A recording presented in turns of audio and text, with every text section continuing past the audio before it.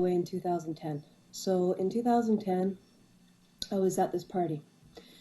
And to kind of make a long story short, I had a near-death experience. And okay, I'm just going to introduce myself kind of so you know me. Before this happened, I went to church maybe a few times, when I was younger. I was kind of connected to believing, maybe there was something. I don't know. This book says there is, this church says there is. People say there's something else besides us, but for the most part, you just kind of never know, And so what happened was on February 20th, 2010, I was at this party, regular party, and basically one thing led to another, and I ended up dying at this party. I had a seizure in the kitchen. So from other people's point of view, this is what happened. I'm in the kitchen. I have a seizure. Okay, I'm down on the ground. People are surrounding me. And everyone's saying, oh my gosh, is she dead? Is she dead? That's what their version was. I didn't see that version. Well, I did kind of, I'll tell you. My version of what happened was I was standing in the hallway, and I saw, yellow caution tape right in the kitchen. So I look, and I'm like, what is going on? Why is there yellow caution tape? So I walk down the hall into the kitchen, and I see this big group of people standing there, and then they're all in a circle. I'm like, what are they looking at? What's going on? So I look down into the circle, and I'm at a party. I'm supposed to be, having a good time, but there's now caution tape, and I'm like, what is going on?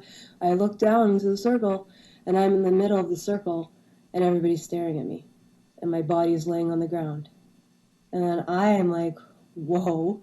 So I try to maybe communicate with people, or no one can really hear me. I look down, my body's not there, I have no body. And I'm just like, what is going on? This is just crazy. So, I'm kind of scared. Well, not scared, but I'm like, okay, obviously I died. I just knew at that moment, nobody can hear me. I'm not supposed to be here anymore. So in that second, I realized, okay, I'm dead. I look up. All of a sudden, in the kitchen, I see this, huge white light coming from the ceiling to the floor. And it's just boom. And it's right there, and I just knew, okay, that's home. That's where I'm supposed to go. So I had nowhere else to go. No one was talking to me. I had no body, so I just, naturally moved into the light. So I went into the light, and as I was moving up into the light, I just started to feel so good. I can't, words can't explain it. The higher that I went into the light, and the more that I moved up and further away from Earth, the better I felt. And the feeling of pleasure does not really apply to this earth. Nothing can compare. If you took everything that you were in favor of, maybe getting a massage in a hot tub, your favorite music, your favorite food, your favorite drink, everything that you love happening to you all at once, no matter what it is, all at once, it would not even closely compare to the pleasure that was just within that light. And as you moved further into, further away from this earth, the pleasure felt even better. So you just moved up, it felt better and better. It was insane. So anyways, as I'm moving, as I'm going up into the light, you could just tell you're moving up, I look to my side, and the dark was disappearing. So as I looked to the side, the earth turned into blackness. So the earth kind of turned into black matter, and all the objects and everything just kind of turned into this dark blackness. And then all of a sudden, as you're moving up into the light, which is white, right? Whitish light, the black starts disappearing. So all the black goes away because the light's taking it. And then the craziest thing was when I looked behind me, all the way behind me from where I came from, I saw Earth And Earth was like, it would be like you standing up and looking down and seeing like an ant on the ground. Like, our entire universe was the size of an ant. Like, it just made you realize how insignificant this life is. And, we're only on this earth for a short period of time. But after this period of time, there's an eternal life that we have to live. And I don't think many people know that, or many people believe it. I mean, I wasn't really sure. I didn't really 100% maybe believe it before this happened. And then after this happened, I was like, whoa, there is a place you go. And, it's important for people to know that. So anyways, I saw this and then it disappeared. So now I'm completely up in this light, and I see my whole life flash before my eyes, and I feel amazing. I don't go any further, it's just light. But I saw my whole life flash before my eyes. Every person I knew, everything I experienced, I don't know how it happened that fast, but I got to see my entire life all at once. And I honestly looked at my life, and I felt like a complete failure. I felt like I had lived one big selfish life, which was only directed to myself, and I never helped anybody on this planet, or I never gave anything, to a substantial amount. Really, I just felt like I lived a life that was, I guess now I know the terminology, but worldly, so that kind of it was weird because, there was that one disappointment up there. So that was kind of strange. Just to look at my whole life, that seems so big on earth. My life was so important, my friends, my clothes, all this stuff was a huge priority here. And then when you get up there, you look at it and you're it's kind of funny because you realize how small this planet is and how insignificant, your big life really is. It's just funny. But anyways, moving past this point. So what happened was, as I looked through my life, another thing happened. My dog at that time popped out of, it almost looked like, Mac Computer, similar to Mac Computer, where, everything flashes, it kind of looked like that. So everything's, flashing, and, sorry, that's my dog drinking water, and he's still drinking water. Everything flashed before my eyes, and then, my dog popped out, okay? My dog popped out, and then this girl popped out, and this I already felt so much love, but this overwhelming feeling of love when I looked at my dog. It wasn't really a picture, it was just my dog kind of. And then this girl, these overwhelming feelings of love came to me. And this girl was a friend, she was really close with me. And so, and my dog I cared about so much, so I really cared about these things. I felt like maybe I had, I couldn't just leave these behind. So what I said was, it naturally came out, I didn't have a body at that time, so it came through my mind, I spoke through my mind, just like when you talk to yourself in your head, but it was the only thing I could hear. It was amplified, so it would be louder than my voice talking through my mouth, but through my mind, amplified. It was really weird. And then, so I basically said, I'm not ready to go. Yeah, I said, I'm not ready to go. And then, this voice, which was God, you just know, it's this very familiar voice that almost, to me, what it sounded like was the tone of everybody else's voice. It was this is the voice almost, and then each of us have a different pitch, lower or higher, and this was the voice for all, and we all have voices stemming off this voice. That's kind of what, it was so familiar to me, and I can't get over it. But the next thing too is when I said I'm not ready to leave, or I'm not ready to go, or whatever, even though I wanted to be up there, I just couldn't leave behind my life at that time. So the voice said to me, if you want to live, show it.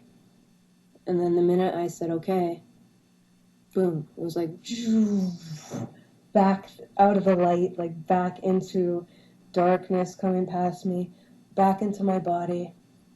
And then I'm just like, I wake up and I'm laying on the kitchen floor, you know, and all I can see is red, like everywhere. Like all I see is just like red everywhere. And like all these people are around me, and I'm like just coming to, and all these people are, you know, are you okay? Are you okay? Oh my gosh, we thought you were dead. Like they're all concerned about me. And I just see red everywhere. And I think like, I just remember asking them like, am I bleeding? I thought I broke my arm, or I thought I was bleeding. I could see blood everywhere. I just saw red all over. And I'm like, am I bleeding? Like, what's going on? And they're like, no, you're not bleeding. Are you okay? I'm like, yeah. And then all of a sudden the red went away. And and I just like, there was a strobe light. And that was the thing that gave me the seizure in the first place. So I see this strobe light like bumping, and I just like take it and I rip it out of the wall, like threw it across the room. And I think people were, you know, trying to grab me and pick me up or help me up, and I just didn't really understand. I'm punching everything like, oh, I'm back on this earth, like what's going on? Throw the strobe light. The lights were off. It was a party. I turned on the lights, you know, and it was just no, you know, great. You know, when you're up there, there's nothing. I mean, I could sit here and my clothes right now are kind of uncomfortable. My hair is kind of in my face. Like, I don't want to be negative, but the reality is that it's not perfect on earth. And there is a place where none of this exists. I mean, like, my leg might be sore right now. I might have to adjust my seating because, you know, we get uncomfortable at times. My throat is kind of dry. I mean, I can go on. Just everything. Like, the light might be too bright in this eye. I could be wearing sunglasses. You know, this sounds really stupid, but the fact of the matter is, you know, life here, there is darkness here, and there is no perfection here.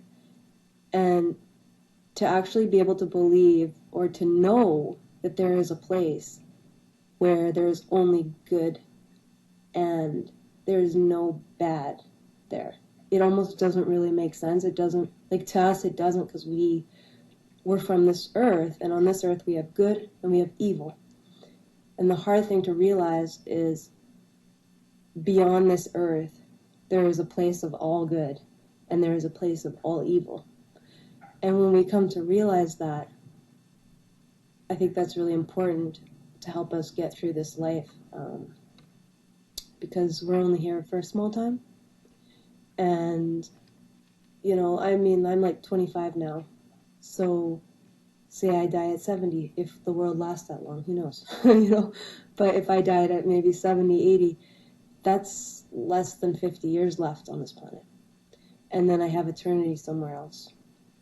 So just keep that in mind. Even if you want to, like, for the simplicity of human beings, pretend we only live 1,000 years, which I know we don't, but pretend just for simplicity. If we're going to be thinking about, like, 50 fun years here, which, I mean, my whole life before was just, let's just say I was not part of the good crowd. I was part of the bad kids, you know, partying all the time. Not bad kids, but just, you know, getting into trouble, you know, doing anything I wanted. Really doing, like, now I've learned these technical words, but doing, like, worldly things, you know, and I just realized that there's so much more to this planet than just that, you know. And I'm grateful that God gave me the experience to be able to tell you guys this. And I'm not really a person that likes to share these things. You know, if it was my way, I wouldn't say this at all. Like, I would actually just avoid this entire thing. And I wasn't going to tell anybody. I told people close to me. but I would never imagine making like a YouTube video. Like, I don't really, you know, I'm kind of shy that way. I don't really need to share things with, well, the entire world, for that matter. But I just felt like this was a story that could help maybe even one person, like, hopefully, at least one, realize that there is life beyond this life, and it's important that we realize that, pretend we even live 1,000 years, we live more than that, but for simplicity, that the 50 or so years that we live on this planet, I'm 20, so if I died at 70, 25, the 50 or so years, 70 years that we live on this planet is not worth eternity in somewhere that we do not belong. We belong in that beautiful place where we came from, with God, and doing things that we deserve to do. And, well, if our actions are right and stuff, but, we are born to come back home. And it is this feeling of home. When I went there, it was just like I was home. I didn't want to even come back. Well, I felt the need to, but I didn't want to. Anyways, this is just a cry for you guys to just wake up. Yeah. And another thing too is I wanted to mention, I didn't get to see anything past the light, but I've looked at other YouTube videos, and I'm going to post other people's, if I can. I'm not sure I can figure it out. I don't really use it. But I'm going to try to put other people's videos, because other people have went into the light, where I've went, where they've had death experiences, but they went all the way, like, into heaven. Some people even went all the way into hell. So this is pretty interesting, and I think you guys, if you watch my video, try watching their videos, because it's probably better. Well, not better, but it will probably go more in depth about, life after death. So good luck, and thank you for listening. Oh, and this video goes out to God, not me.